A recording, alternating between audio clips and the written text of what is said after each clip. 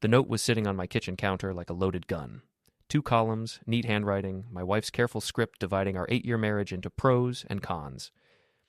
I'm Gavin Mitchell, 36 years old, data analyst for a mid-sized tech firm in downtown Chicago. I married up. Elena's an interior designer with taste, style, and a smile that could sell ice to Eskimos. Me? I'm the guy who finds patterns in spreadsheets and thinks a good Friday night involves Netflix and leftover Chinese food.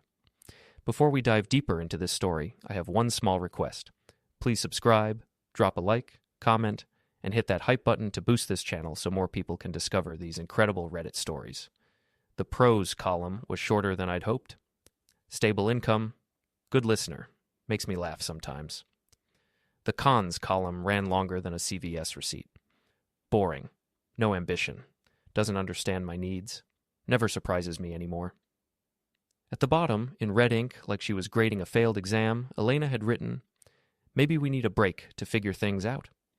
I set down my coffee mug, the one that said, "World's okayest husband," a gag gift that felt less funny now, and stared at the list. 8 years of marriage reduced to bullet points. If I were grading this relationship like one of my quarterly reports, we'd definitely be in the red.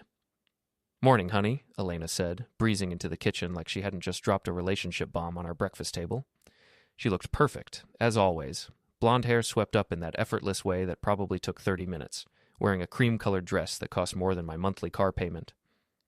"Morning," I replied, tapping the paper. Interesting reading material. She had the decency to look embarrassed, at least. I was hoping we could talk about that. Talk about what? How I'm apparently the human equivalent of beige paint? Elena sighed, pouring herself coffee from our expensive machine. Her expensive machine, technically, since I'd never asked for something that cost more than my laptop. "You're being dramatic." Am I? Because according to this scientific analysis, I rank somewhere between a root canal and a tax audit on the excitement scale. "Gavin, please. I just think we've grown apart." People change. People change. Right. I'd noticed Elena's changes over the past 6 months. The way she guarded her phone like state secrets. The sudden increase in client meetings that ran late into the evening. The new lingerie that I never got to see her wear. "So what exactly are you proposing?" I asked, though I had a sinking feeling I already knew. "Maybe we should take some time apart. I could stay at my sister's place for a while, just to get some perspective." Her sister Madison lived in a Lincoln Park townhouse with her investment banker husband. Madison, who'd never liked me, who'd made it clear from day one that Elena was settling for less than she deserved. "How long is a while?" Elena shrugged, suddenly fascinated by her coffee. "I don't know. A few weeks? Maybe a month?" "A month. Enough time to figure out if the grass was greener elsewhere. Enough time to test drive whatever upgrade she had in mind." "And what am I supposed to do while you're finding yourself?" "I thought you could use the time too. Maybe take up a hobby, join a gym, do something different." Different. There was that word again. The opposite of everything I apparently was. I folded the list carefully and slipped it into my shirt pocket. "You know what, Elena? You're absolutely right. We both need to do something different." Relief flooded her face. "Really? You understand?" "Oh, I understand perfectly." I stood up, grabbed my keys and laptop bag. "Take all the time you need." She smiled, the first genuine smile I'd seen from her in months. "Thank you, Gavin. I knew you'd be reasonable about this." Reasonable, sure, that was me. Reasonable, boring, predictable Gavin. I kissed her cheek, breathing in her expensive perfume one last time. "I'll see you around, Elena."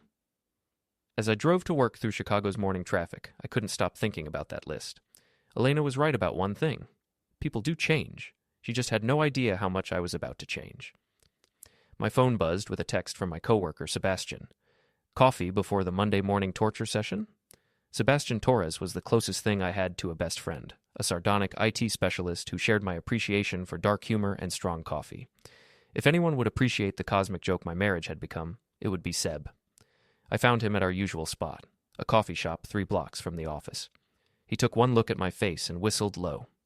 "Rough morning in paradise?" I handed him the list. Seb read it twice, his eyebrows climbing higher with each line. "Jesus, Gav, she really wrote this down? Like a performance review?" Complete with recommendations for improvement. "What's her plan? Trial separation while she shops around for an upgrade?" "Something like that." Seb folded the paper and handed it back. "You know what this is, right? This is her trying to make you the bad guy. She wants out, but she wants you to be the one who says no to working it out. I'd thought the same thing. Elena was setting up a narrative where she was the reasonable one trying to save our marriage, and I was the stubborn husband who wouldn't compromise. So what are you going to do? I sipped my coffee, thinking about Elena's smile when I'd agreed to her plan, thinking about the phone calls she took in the other room, thinking about the credit card statements with charges at restaurants I'd never been to. I'm going to be reasonable, I said finally. I'm going to give her exactly what she wants. Seb studied my face. Why do I get the feeling there's more to that sentence? Because you know me too well. The thing about being a data analyst is that you learn to see patterns everywhere. You learn to follow the numbers, to dig deeper when something doesn't add up. And Elena's story had more holes than a government budget. Back at the office, I did what I do best. I analyzed the data. Our shared credit card statements, our joint checking account, even our cell phone records. It's amazing what you can learn about someone's life when you have access to their digital footprint.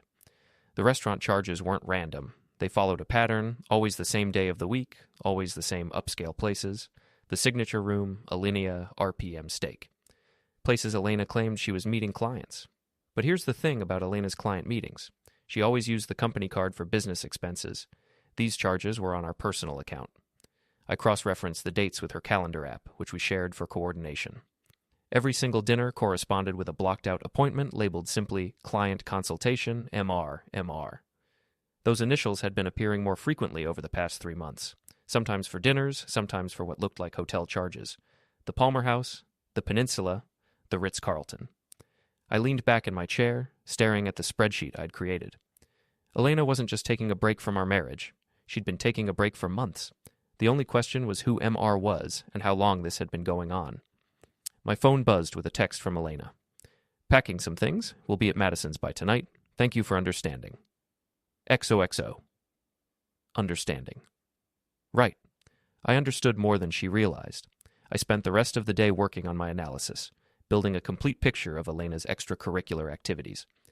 By 5 o'clock, I had dates, times, locations, and amounts. What I didn't have was MR's identity.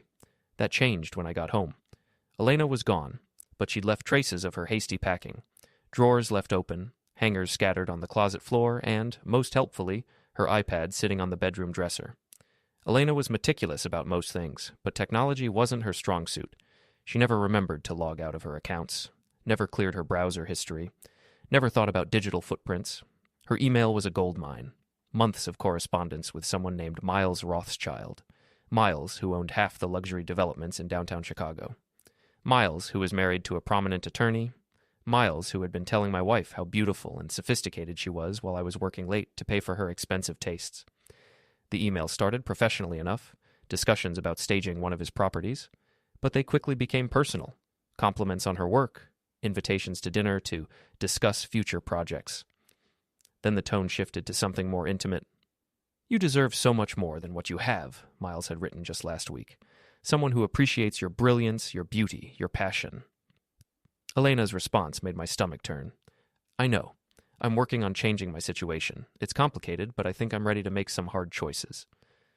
Hard choices, like making a pros and cons list about our marriage while planning her exit strategy. I scrolled through more emails, finding hotel confirmations, dinner reservations, even a jewelry receipt for a necklace I'd never seen Elena wear. Miles Rothschild wasn't just Elena's client. He was her sugar daddy, and I was the inconvenient husband standing in the way of her upgrade. The last email was from this morning, sent after Elena had left for work, but before our kitchen conversation. Can't wait to see you tonight, Miles had written. Did you talk to Gavin? Elena's response was time-stamped just after she'd texted me about going to Madison's. All taken care of. He was surprisingly understanding. I'll be free by tonight. Free. Like our marriage was a prison sentence she'd finally escaped. I sat in our bedroom, my bedroom now, surrounded by the evidence of Elena's betrayal. The smart thing would be to call a lawyer, file for divorce, split everything 50-50, and move on with my life. But I wasn't feeling particularly smart. I was feeling angry and hurt, and like the boring, predictable husband I'd apparently always been. Elena wanted different. I'd give her different. I opened my laptop and started typing. The beauty of being married to someone who doesn't understand technology is that they never think to change the passwords. Elena's social media accounts, her cloud storage, her professional profiles, all still logged in on our shared devices. She'd been so focused on her physical exit strategy that she'd forgotten about her digital footprint. I spent Tuesday morning at the office, but my mind was elsewhere. Every few minutes, I'd refresh Elena's Instagram, watching her post carefully curated photos of her girls' day with Madison. Lunch at some trendy Lincoln Park cafe, shopping on Michigan Avenue. The caption read, "Sometimes you need your sister to remind you who you are. Wartahim sister love, Shirk's new beginnings, Judge, finding myself." The comments were predictably supportive. "You deserve happiness. So proud of you for putting yourself first. New chapter, new you." If they only knew the real story. Sebastian found me at lunch, staring at my phone with what he later described as a mildly homicidal expression. "Please tell me you're not cyber-stalking your wife." "I'm conducting research," I corrected. "There's a difference." "Uh-huh. And what has your research uncovered?" I showed him the Instagram posts. "She's spinning this as some kind of empowerment journey, like she's Elizabeth Gilbert finding herself in Italy. Instead of a cheating wife who got caught? She doesn't know she got caught yet." Seb raised an eyebrow. "Yet?" I'd been thinking about this all morning. Elena expected me to spend the next few weeks moping around our condo, maybe calling her to beg for reconciliation. She expected boring, predictable Gavin to follow the script she'd written. "I'm going to change the locks," I said. "That's actually pretty reasonable. Protect your stuff while you figure out the divorce. I'm also going to empty our joint accounts." Okay, getting a little less reasonable, but still legally defensible. And I'm going to make sure everyone knows exactly why our marriage ended. Seb set down his sandwich. "Now you're entering dangerous territory." She made a list of my flaws and presented it like a corporate restructuring proposal. She's been cheating for months while I paid for everything. She's telling people this is about finding herself instead of admitting she's a liar and a cheater. So I'm done being reasonable. I spent Tuesday afternoon making arrangements. A locksmith who could change the locks on our condo that evening. A visit to our bank to transfer the joint account funds into my personal account, perfectly legal since both our names were on the paperwork. A consultation with a divorce attorney who specialized in cases involving adultery. The lawyer, Patricia Hendricks, was a sharp-eyed woman in her 50s who'd seen every variation of marital breakdown. "You have documentation of the affair?" she asked, reviewing the emails I'd printed. "Emails, credit card statements, hotel records, everything." "Illinois is a no-fault divorce state, but adultery can still impact asset division, especially if marital funds were used to support the relationship." I thought about all those expensive dinners, the hotel rooms, the jewelry. They were. "Then you have a strong case. How do you want to proceed?" "I want to file immediately, and I want her to be surprised." Patricia smiled grimly. "I can work with that." By Wednesday evening, everything was in motion. The locks had been changed, the joint accounts were emptied. Divorce papers were being prepared. Elena had no idea what was coming. She was about to find out. My phone rang at 8:30. Elena's name flashed on the screen. "Hi, honey," I answered, keeping my voice neutral. "Gavin, I can't get into the condo. Did you change the locks?" "I did." Silence. Then, "Why would you do that?" "Security reasons. You said you needed space to figure things out. I figured I needed to protect my assets while you were figuring." "Your assets?" "Gavin, we're married. It's our home." "Funny thing about that," I said, settling into my desk chair. "I did some research on marital property law. Turns out when one spouse abandons the marital home to pursue other relationships, the remaining spouse has every right to secure the property." Another silence, longer this time. "Other relationships? What are you talking about?" Miles Rothschild ring a bell? I heard Elena's sharp intake of breath. In the background, I could hear Madison's voice. "What's wrong? Who is that?" "I don't know what you think you know," Elena started. "I know about the hotels, the dinners, the jewelry, the emails where you called me an obstacle to your happiness." "Gavin, let me explain." "No need. You explained everything in your pros and cons list. I'm boring, remember? No ambition. Don't understand your needs. Well, I understand them now. This is crazy. You can't just lock me out of my own home. Actually, I can. I checked with a lawyer. Fascinating conversation, by the way. Did you know that using marital funds to support an extramarital affair can impact asset division in a divorce?" "Divorce?" Elena's voice cracked. "Gavin, please. We can work this out." "We could have worked it out 6 months ago before you started shopping for my replacement. We could have worked it out last week before you made your little list. We could have worked it out Monday morning before you lied to my face about going to Madison's." "I am at Madison's." "No, Elena. You're in the parking lot of our building, probably with Miles, trying to figure out how your reasonable, predictable husband suddenly grew a spine. I was guessing, but the silence on the other end told me I'd guessed right. How did you... Never mind. Gavin, please. Let's talk about this like adults. Adults don't make pros and cons lists about their marriages while sleeping with their clients. Elena gasped. I'd never talked to her like that before. Boring, reasonable Gavin didn't use words like that. I want my clothes, she said finally. My personal things. Make a list. I'll have everything packed and delivered to Madison's by Friday. You can't do this. I'm doing it. Oh, and Elena, you might want to check your bank account. And maybe call your boss. I sent Patricia Hendricks some interesting emails about your relationship with Miles. Turns out mixing business with pleasure violates your company's ethics policy. The line went silent. I poured myself a scotch, the good stuff Elena had bought for entertaining clients, and settled onto our couch to wait. I didn't have to wait long. 20 minutes later, my building's intercom buzzed. The doorman's voice came through. Mr. Mitchell, there's a woman here who says she lives in your unit. She's quite upset. That would be my estranged wife, Jerry. She doesn't live here anymore. She's asking me to call the police. Tell her to go ahead. I'll be happy to explain to the officers why I changed the locks on my own home. Another few minutes passed before my phone rang. Madison this time. Gavin, what the hell is wrong with you? Hello, Madison. Lovely to hear from you as always.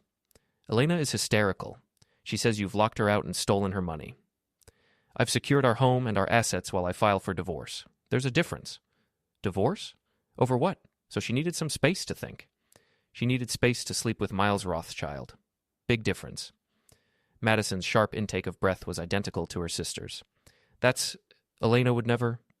Check your sister's email, Madison. Or better yet, ask her about the jewelry Miles bought her. The one she's probably wearing right now. The line went quiet, except for muffled voices in the background. Even if that's true, Madison said finally, this isn't how you handle it. You don't humiliate someone you love. You're right. That's why I'm handling it exactly this way. Because I don't love Elena anymore. Hard to love someone who thinks you're boring and disposable. I hung up and turned off my phone. The next morning, I woke up in my own bed, in my own home, for the first time in years, without Elena's presence filling the space. It should have felt lonely. Instead, it felt like freedom. My phone had 17 missed calls and 43 text messages. I deleted them all without reading them. At work, Sebastian found me in unusually good spirits. You look like a man who slept well, he observed. 8 hours, uninterrupted.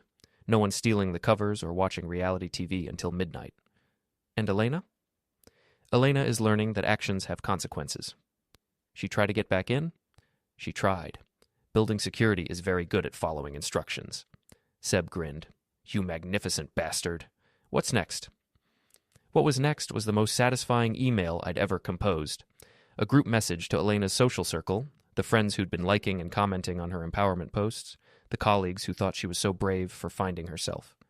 The subject line read, The Real Story. The body was simple. Hi, everyone.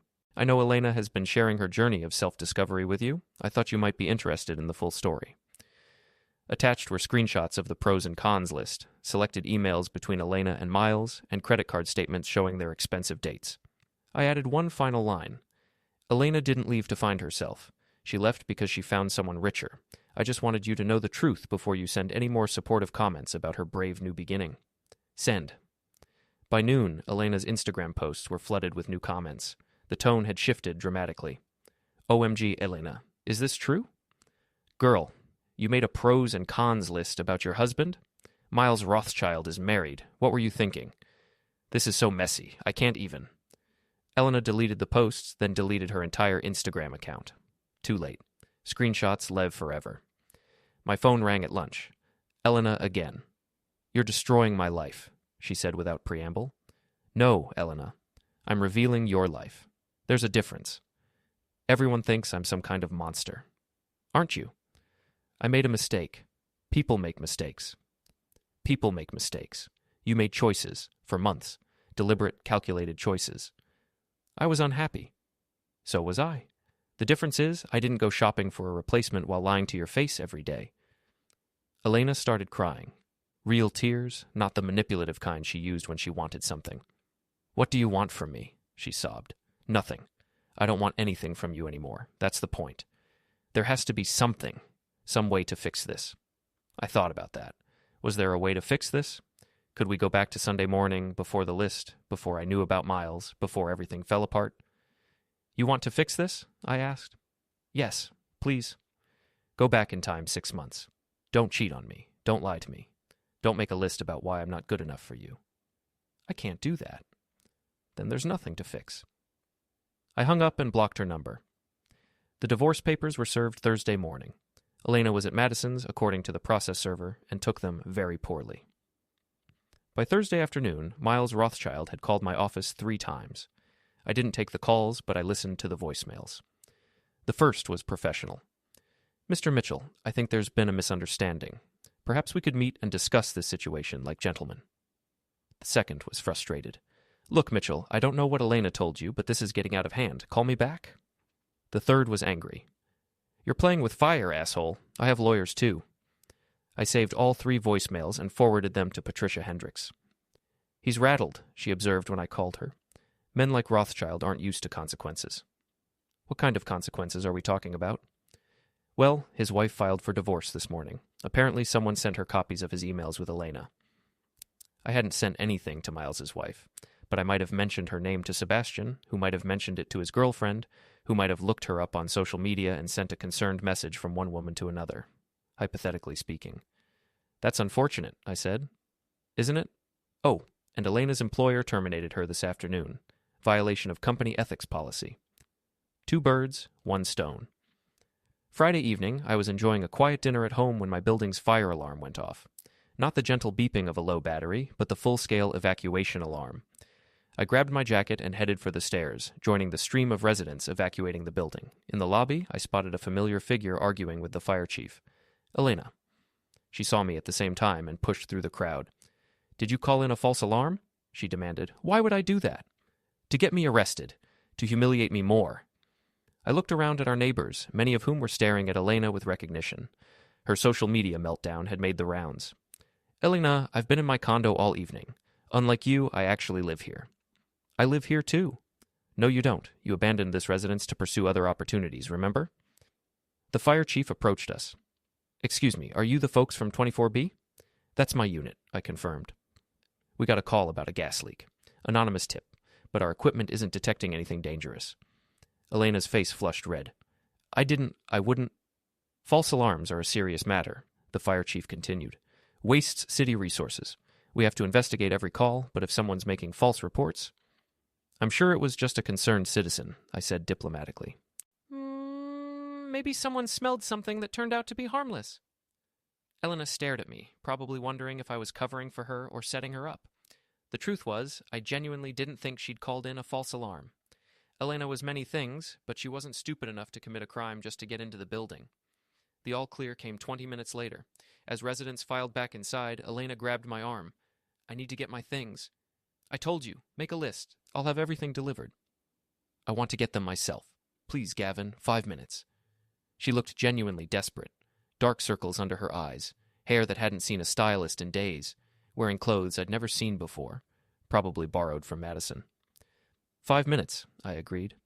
But I'm staying with you. We rode the elevator in silence. Elena kept glancing at me like she was seeing a stranger.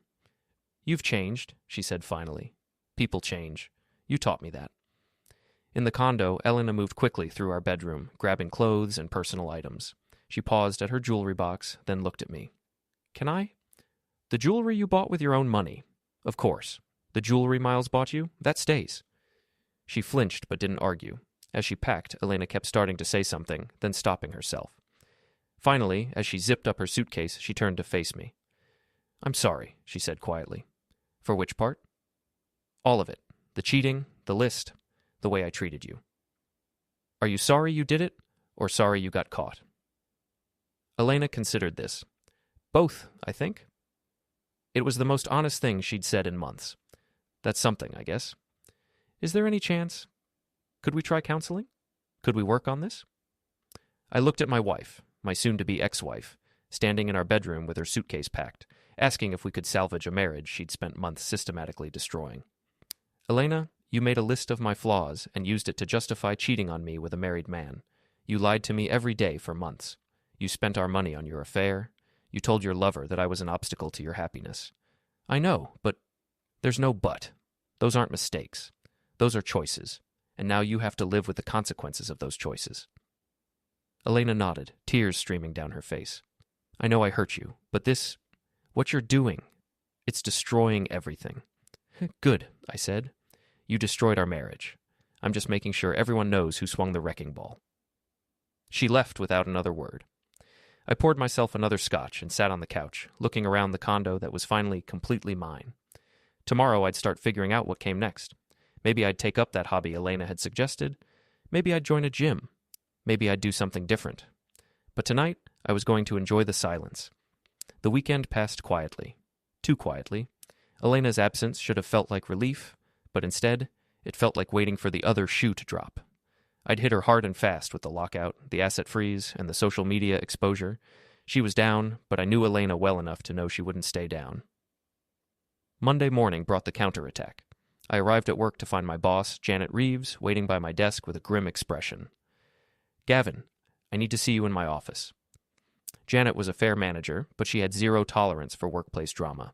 Whatever Elena had done, it was serious enough to warrant a closed-door meeting. I received an interesting call this morning, Janet said once we were seated, from a Miles Rothschild. He claims you've been harassing him and his business associates. I kept my expression neutral. Harassing him how? He says you've been sending threatening emails and making false accusations about his professional conduct. I haven't sent Miles Rothschild any emails, threatening or otherwise. Janet studied my face. He also mentioned something about industrial espionage. Claims you've been using company resources to hack into his business systems. Now I understood the play. Miles couldn't attack me legally without admitting to the affair, so he was trying to get me fired instead. Destroy my credibility and my income in one move. Janet, I haven't accessed any external systems from my work computer. You're welcome to check my browsing history, my email logs, everything. I have nothing to hide. I already did, Janet admitted. IT pulled your records this morning. Everything looks normal. Then why are we having this conversation? Because Rothschild is threatening to involve the police if his harassment doesn't stop. He's also threatening to contact our clients, claiming we employ hackers and corporate spies. The threat was clear. Even if the accusations were false, the bad publicity could hurt the company, and Janet couldn't afford to keep an employee who brought that kind of heat. What do you want me to do? I asked. I want you to tell me the truth. What's your connection to Miles Rothschild? I'd been dreading this conversation, but there was no way around it now. He's been having an affair with my wife. I'm divorcing her. He's trying to intimidate me into backing down. Janet's eyebrows shot up. Jesus, Gavin, why didn't you lead with that? Because it's personal. I didn't want to drag the office into my marital problems. Too late for that now. Janet leaned back in her chair. Look, I'm sorry about your marriage, but I can't have this drama affecting our business. I understand. Do you? Because I'm not sure you do. Janet pulled out a folder. Rothschild didn't just call me, he called 3 of our biggest clients. Told them we employ unstable individuals who use company resources for personal vendettas. My stomach dropped. What did they say? 2 of them want to review their contracts. 1 is threatening to terminate immediately. I'd underestimated Miles. He wasn't just trying to get me fired. He was trying to destroy my entire company's reputation. Janet, I swear to you, I haven't done anything that could remotely be called industrial espionage or corporate hacking. Everything I discovered about Miles and Elena came from our personal accounts and devices. I believe you, but belief doesn't pay the bills. Janet closed the folder. I'm putting you on administrative leave while we sort this out. For how long? However long it takes. Could be a week, could be permanent. Depends on how much damage Rothschild can do. I cleaned out my desk in a daze. Sebastian found me packing my personal items into a cardboard box. What the hell happened? I explained Miles's counterattack. Seb's face grew darker with each detail. That bastard is trying to destroy your livelihood. It's working. What are you going to do? I thought about Elena's pros and cons list, about being called boring and predictable, about months of lies and betrayal. I'm going to stop playing defense. That afternoon, I paid a visit to Patricia Hendricks. She listened to my account of Miles's business interference with growing interest. Tortious interference with employment, she said when I finished. It's a civil claim. If we can prove Rothschild deliberately sabotaged your job using false information, we can sue him. Will that help get my job back? Maybe, but more importantly, it gives us leverage. Men like Rothschild hate being on the receiving end of legal action. Bad for their image. What do we need to prove it? Patricia smiled. Documentation, witness statements, evidence of his pattern of behavior. I spent the next 2 days building a case. I contacted everyone Miles had called. My boss, our clients, even the building security company that managed our office. I requested copies of his complaints, recorded statements from witnesses, and built a timeline of his harassment campaign. The picture that emerged was damning. Miles hadn't just made one angry phone call.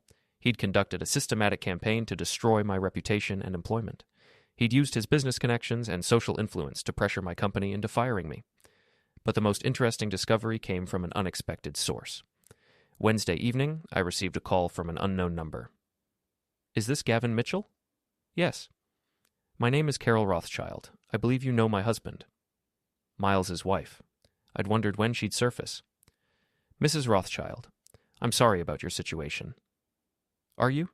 Because from where I'm sitting, it looks like you've been quite busy destroying lives. I've been defending myself against your husband's attacks on my employment. My husband is an ass, Carol said bluntly.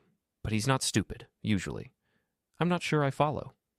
Miles thinks he's untouchable because he has money and connections, but he forgot that I have money and connections too. Better ones. There was steel in her voice that reminded me why Miles had been attracted to her in the first place. Carol Rothschild wasn't just a trophy wife. She was a successful attorney who'd built her own practice.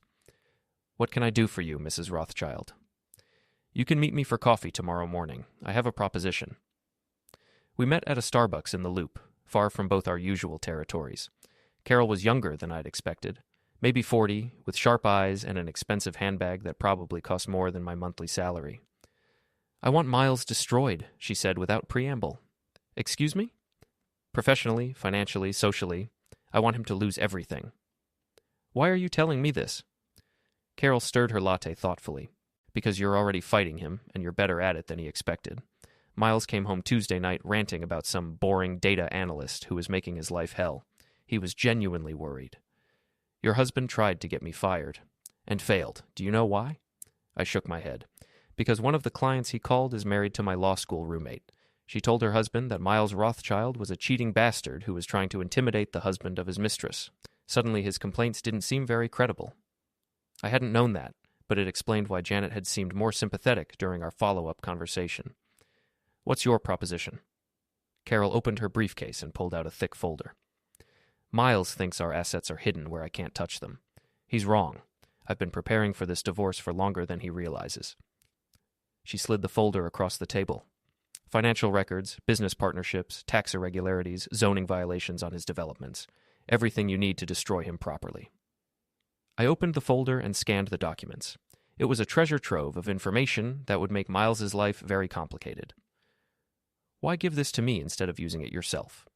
Because if it comes from me, it looks like a vindictive ex-wife trying to hurt her cheating husband. If it comes from you, it looks like a wronged man defending himself against a powerful bully. Much more sympathetic. Carol finished her coffee and stood to leave. Miles made this personal when he went after your job. Now it's war. The question is, are you ready to fight it properly? I looked at the folder again. What exactly are you suggesting? I'm suggesting you stop playing defense and start playing offense. Miles wants to destroy your life. Destroy his first. After Carol left, I sat in the coffee shop reading through her intelligence package.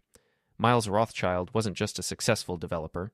He was a corner-cutting, tax-evading, regulation-skirting businessman who'd built his empire on questionable foundations. The zoning violations alone could shut down 3 of his current projects. The tax irregularities could trigger an IRS audit. The partnership disputes could tie up his assets in litigation for years. But the most interesting item was a series of emails between Miles and a city planning official, discussing consulting fees in exchange for favorable zoning decisions. It looked suspiciously like bribery. I photographed everything and returned the originals to Carol's folder. Then I went home to plan my offensive. Thursday morning, I filed complaints with the city zoning board regarding violations at 3 Miles Rothschild developments. I submitted copies of the relevant documents and requested immediate inspections. Thursday afternoon, I forwarded the tax irregularities to the IRS whistleblower program. The potential reward for reporting tax fraud was substantial, but I wasn't interested in the money. I was interested in the audit. Thursday evening, I anonymously mailed copies of the bribery emails to the Chicago Tribune, the Chicago Sun-Times, and 3 local TV news stations. Friday morning, Miles called me directly. "You son of a bitch," he snarled. "I know this was you." "I'm not sure what you're referring to, Miles. The zoning complaints? The IRS bullshit? The media circus? Sounds like you're having a rough week." "This isn't over, Mitchell. You have no idea who you're messing with." "Actually, I think I do. I'm dealing with a cheating, lying, tax-evading criminal who thought he could intimidate me into silence. I'll destroy you." "You already tried that. How'd it work out?" Miles hung up. By Friday afternoon, the story had broken. Prominent developer under investigation for zoning violations and bribery allegations. Miles's photo was on the front page of both major newspapers and leading the evening news. I watched the coverage from my couch, drinking a beer and feeling something I hadn't felt in months. Satisfaction. My phone rang. Elena. "What did you do?" she demanded. "I defended myself." "Miles is all over the news. They're saying he bribed city officials." "Are they? How interesting." "Gavin, this is insane. You're destroying innocent people." "Innocent?" "Elena, your boyfriend tried to get me fired using false accusations. He threatened my company and my clients. He made this a war." "So you decided to destroy his entire life?" "I decided to fight back. There's a difference." Elena was quiet for a long moment. "This isn't you, Gavin. This isn't who you are." "You're right," I agreed. "The old Gavin would have taken your list, accepted your cheating, and quietly filed for divorce while you and Miles rode off into the sunset. But you said I was boring and predictable. I decided to change. I didn't want you to change into this. You don't get to decide who I become, Elena. You gave up that right when you made your list." I hung up and blocked her number. Again. Saturday morning brought news that Miles Rothschild had been arrested on bribery charges. The FBI had raided his offices and seized financial records. His wife had filed for divorce and was seeking emergency freezing of all marital assets. My phone buzzed with a text from an unknown number. "Well played. C." Carol Rothschild was apparently satisfied with the results of our collaboration. Sunday, I got a call from Janet. "Gavin, I wanted to let you know, Miles Rothschild won't be calling our clients anymore." "I saw the news. Whatever you did, it worked. I'm reinstating you effective Monday morning." "Thank you. Don't thank me yet. We lost one client over this mess, and it's going to take time to rebuild trust with the others." "I understand. I hope you do. And Gavin, next time your personal life explodes, give me a heads up before it hits the fan." Monday morning, I returned to work to find my desk exactly as I'd left it. Sebastian was waiting with coffee and a grin. "Welcome back, you magnificent bastard." "Good to be back. So what's next? Elena's been quiet since the Miles Rothschild arrest." I thought about that. Elena had been quiet. Too quiet. In the past, whenever she was backed into a corner, she came out fighting. Her silence felt ominous. "I don't know," I admitted. "But I don't think this is over." I was right. It wasn't over. It was just beginning. Elena's counterattack came on a Tuesday, delivered by a process server who looked apologetic about the whole thing. "Gavin Mitchell? That's me. You've been served." The papers were thick, official, and devastating. Elena was suing me for harassment, defamation, intentional infliction of emotional distress, and invasion of privacy. She was seeking damages of $2 million and a restraining order that would prevent me from contacting her, her family, her friends, or anyone in her professional network. But the real punch was on page 12. Elena was claiming that I had hacked into her personal accounts, stolen private communications, and used company resources to conduct illegal surveillance. She had sworn statements from 3 witnesses who claimed I had made threatening remarks about her and Miles. I didn't recognize any of the witnesses' names. Patricia Hendricks reviewed the lawsuit with the grim expression of someone reading a terminal diagnosis. "This is bad, Gavin." "How bad?" "If even half of these allegations stick, you're looking at serious criminal charges. Computer fraud, stalking, harassment, a prison time." "But none of it's true. I never hacked anything. I used shared devices and accounts that Elena never bothered to secure." "Can you prove that?" I thought about it. Could I prove that Elena had left her accounts logged in on our shared iPad? Could I prove that I'd never used company resources for personal business?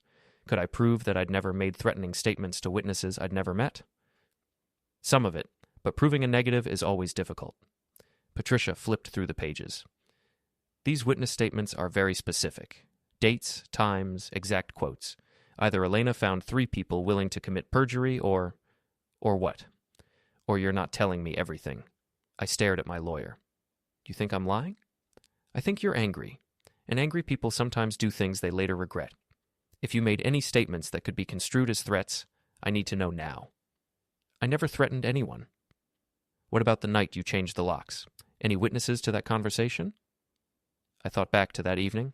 Elena had called me from the parking lot, upset and demanding to be let in. We'd argued. I'd mentioned the affair. She'd hung up. The building doorman might have overheard part of it. What exactly might he have overheard? Elena yelling, me telling her she didn't live there anymore. Patricia made a note. What else? She came back later with Miles. They tried to get into the building during the fire alarm. Fire alarm? I explained about the false alarm, Elena's accusation that I'd called it in, and my conversation with the fire chief. Who else was there? Half the building. Neighbors, security, the fire department. Any of them might remember Elena accusing you of calling in a false alarm. Probably. Patricia set down her pen. Gavin, I need you to understand something. Elena's not just trying to win a lawsuit. She's trying to destroy your credibility completely. If she can make you look like an unstable stalker, everything you've done, the evidence of her affair, the financial records, the Miles Rothschild investigation, all of it becomes suspect. So what do? We prove she's lying, and we do it before this goes to court. I spent the next week living under a microscope. The restraining order hadn't been granted yet, but I knew Elena's lawyers were building a case for it. Every phone call, every email, every social media post was potential evidence of harassment. The irony wasn't lost on me. I'd spent months building a case against Elena using her own digital footprints, and now she was trying to do the same to me. But Elena had made one crucial mistake. She'd gotten greedy. The witness statements were too perfect, too detailed, too convenient. 3 different people claiming to have overheard threatening remarks, all on different dates, all with nearly identical language. It felt manufactured. I started digging into Elena's witnesses. The first was Rebecca Martinez, who claimed she'd overheard me making threatening remarks about Elena at a coffee shop near my office. According to her statement, I'd said Elena deserved everything that was coming to her, and that I was going to make her pay for what she'd done. Rebecca Martinez didn't exist. I ran her name through every database I could access legally. No social media profiles, no employment records, no address history. The signature on her witness statement was notarized, but when I called the notary, she claimed no memory of witnessing any such signature. The second witness was David Chen, who allegedly heard me threaten Miles Rothschild during a phone conversation in my office building's lobby. David Chen existed, but he lived in Seattle and had never been to Chicago. The third witness was Jennifer Walsh, Elena's former coworker, who claimed I'd called her asking for information about Elena's whereabouts and had become aggressive and threatening when she refused to help. Jennifer Walsh was real, and she had worked with Elena, but when I called her, she was confused about the whole thing. I never spoke to you before this call, she told me. I gave a statement to Elena's lawyer, but it wasn't about any threatening phone call. What was your statement about? Elena asked me to confirm that you'd seemed unstable lately, that you'd been calling her constantly, showing up at her work, that kind of thing. Did I do any of those things? I don't know. I only met you twice, at office parties. You seemed nice enough. So why did you give a statement saying I was unstable? Jennifer hesitated. Elena said you were having a breakdown over the divorce, that you were harassing her and she was afraid for her safety. She asked me to help her get a restraining order to protect herself. And you believed her? She was my friend, and she seemed genuinely scared. I thanked Jennifer and hung up. Elena had manipulated her former coworker into giving a statement. Then her lawyers had twisted that statement into something much more damaging. But the fake witnesses were Elena's real mistake. Manufacturing evidence was a crime, and a stupid one.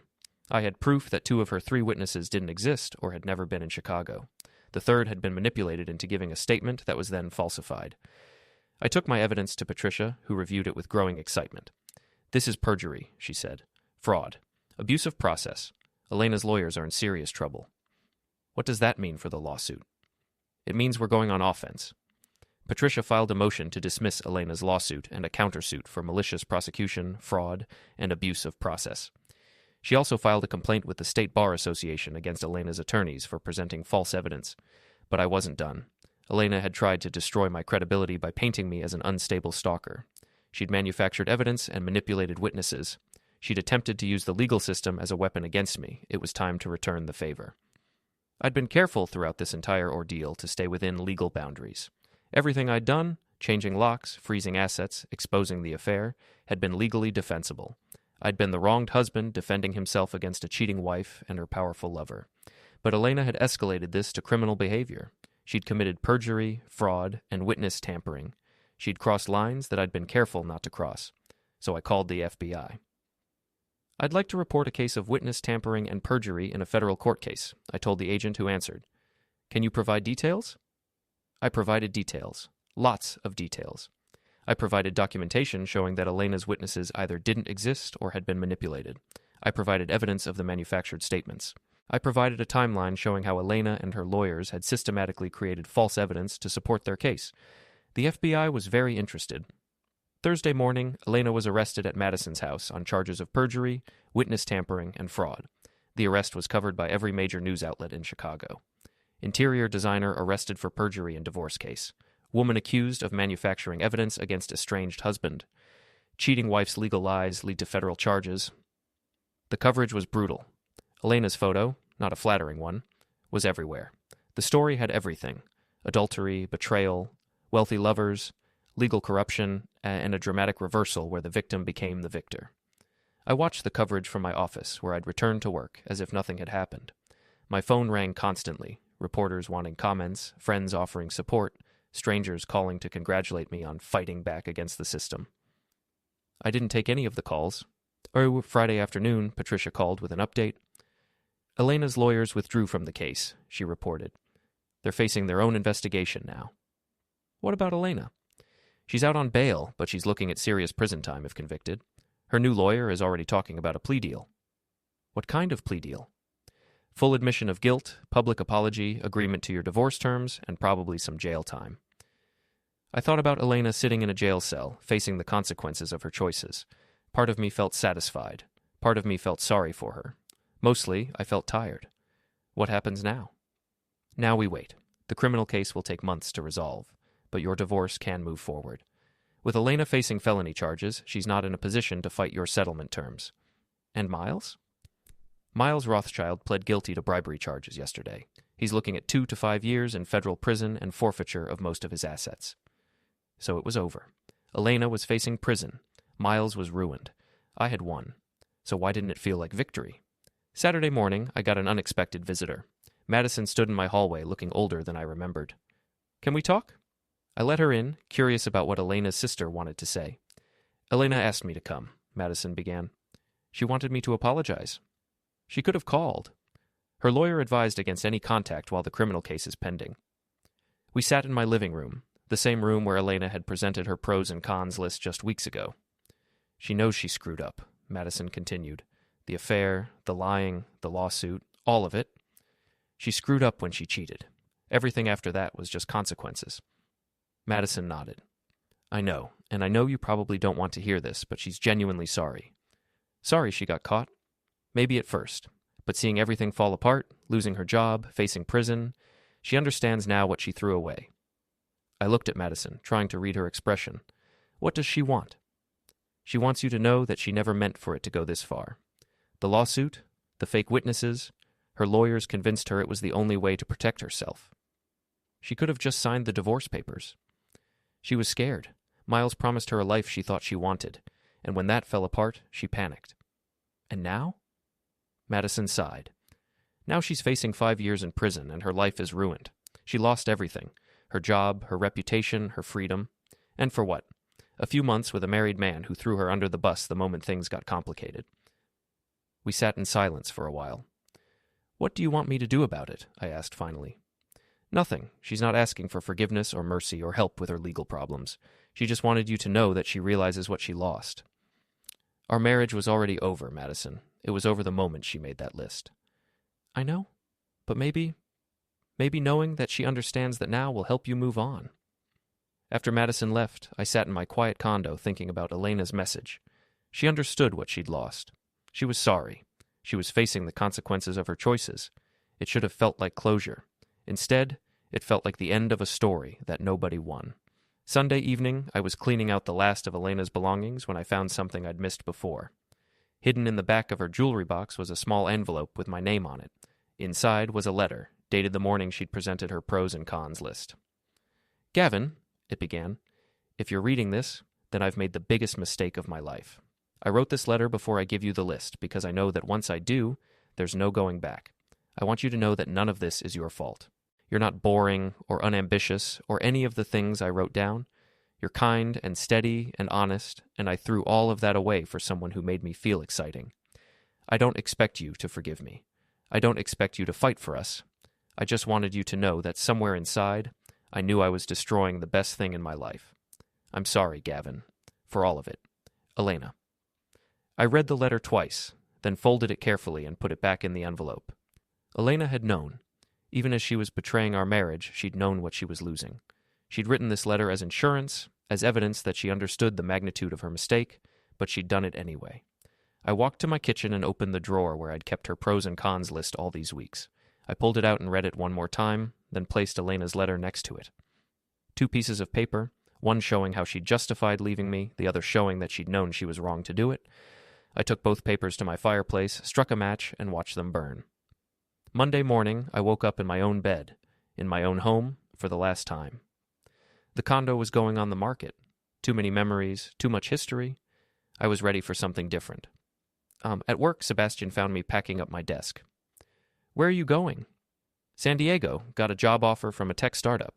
Better pay, better weather, better everything. Running away? I thought about that. Was I running away? Or was I running towards something better? Moving on, I said finally. What about Elena? What about her? Don't you want to see how her trial turns out? I shook my head. I know how it turns out. She goes to prison, serves her time, and eventually rebuilds her life somewhere else. And I'll be in San Diego, doing something different. Different, Sebastian repeated. Elena got what she wanted after all. No, I corrected. She wanted me to be different for her. I'm being different for me. 6 months later, I was settled into my new life in San Diego. New job, new apartment, new routines. I'd started dating again. Nothing serious, but it felt good to remember that there were women in the world who didn't think I was boring. One evening, I got a text from Patricia Hendricks. Elena sentenced to 18 months. Thought you'd want to know. 18 months. Less than I'd expected, more than she deserved. Or maybe exactly what she deserved. I wasn't sure anymore. I deleted the text and went back to my life. A year after that, I got a wedding invitation in the mail. Sebastian was marrying his girlfriend, and he wanted me to be his best man. I flew back to Chicago for the wedding, staying in a hotel downtown. The city looked the same, but I felt like a different person walking through it. At the wedding reception, Sebastian pulled me aside. I have news about Elena. I don't want to hear it. She got out early. Good behavior. She's living in Portland now, working for a small design firm. Good for her. She asked about you. I looked at my friend. What did you tell her? I told her you were happy. Am I? Sebastian studied my face. Are you? I thought about my life in San Diego, the work I enjoyed, the people I'd met, the possibilities ahead of me. I thought about the man I'd been when Elena made her list and the man I'd become since then. Yeah, I said. I think I am. Then that's what matters. Later that night, alone in my hotel room, I looked out at the Chicago skyline and thought about the last 2 years. Elena had called me boring and predictable, and she'd been right. But she'd also called me stable and honest, and she'd been right about that too. The difference was, now I knew which qualities mattered. I flew back to San Diego the next morning and never looked back. Elena had wanted me to be different. Mission accomplished. But the most important difference was this. I was no longer the kind of man who would let someone make a list of his flaws and use it to justify betraying him.